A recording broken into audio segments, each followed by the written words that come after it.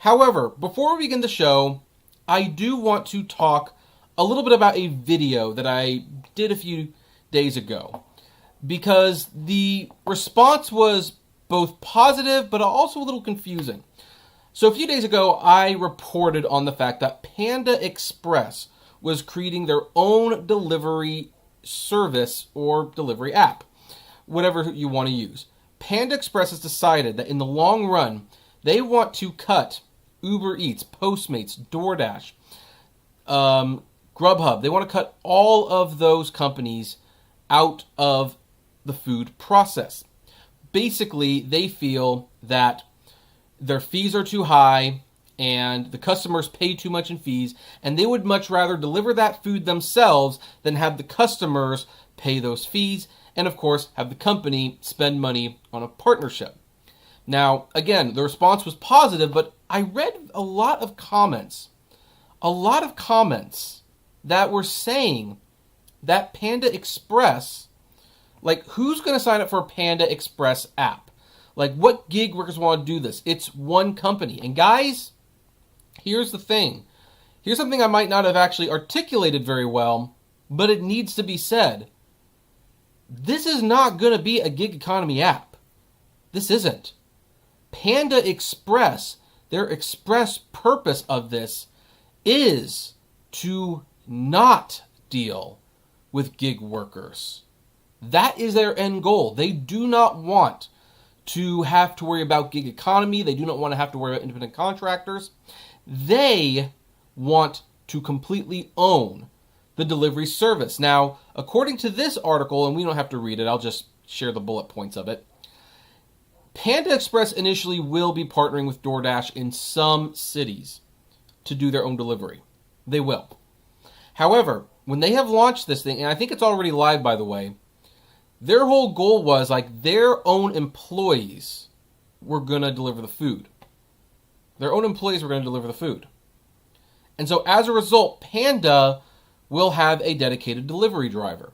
Maybe 2 or 3, depending on the location. Who knows? But Panda explicitly wants to get out of the gig economy. And here's why this is concerning if you are relying on the gig economy. Because there's this saying in business that the disruptors eventually become the disrupted.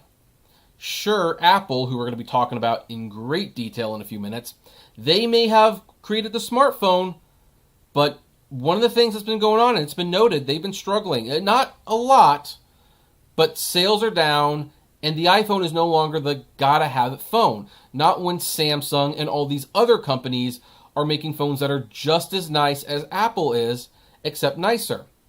MoviePass came onto the scene, and hey, revolutionary concept. It's a Netflix for movie theaters.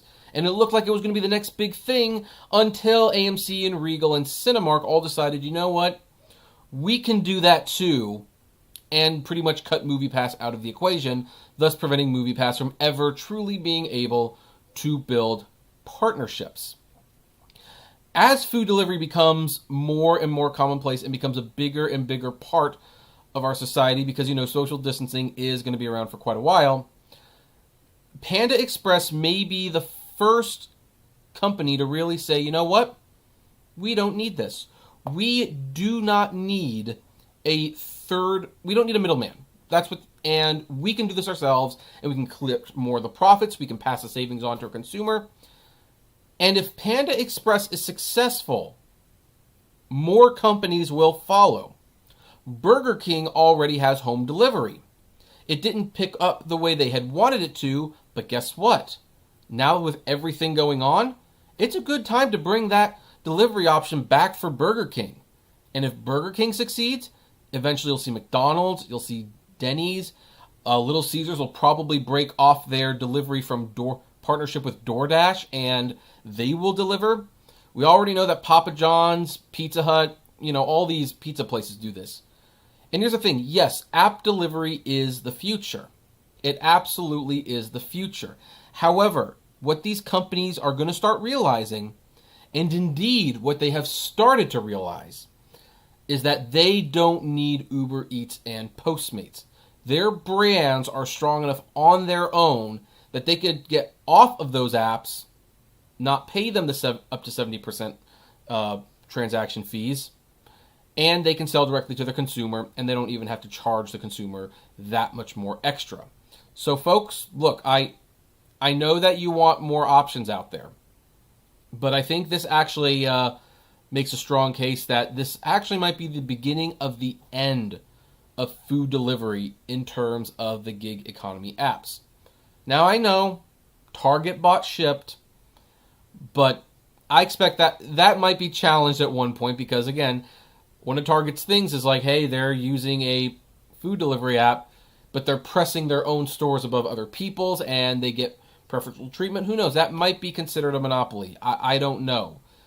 But eventually, I suspect the Shipt app would more or less just be used exclusively for Target and maybe a few of their partners. You know that Amazon wants to deliver their packages directly. They want to cut out the middleman, and they're effectively doing it with their whatever it's. I keep forgetting what it's called because I don't use it. Amazon. I don't know what the terminology is, but anyway, I'm sure someone in the comments or in the live chat is telling me right now. So yeah, let's clarify that. Panda Express, they have created a delivery app. They will be launching it if they haven't already launched it already, and they will be delivering their food, but they're not looking for gig workers for the most part. They're going to be working with their own employees, and if a lot of companies start to do that, then I think, like with rideshare, you might have to start thinking about your exit strategy when it comes to food delivery gig work.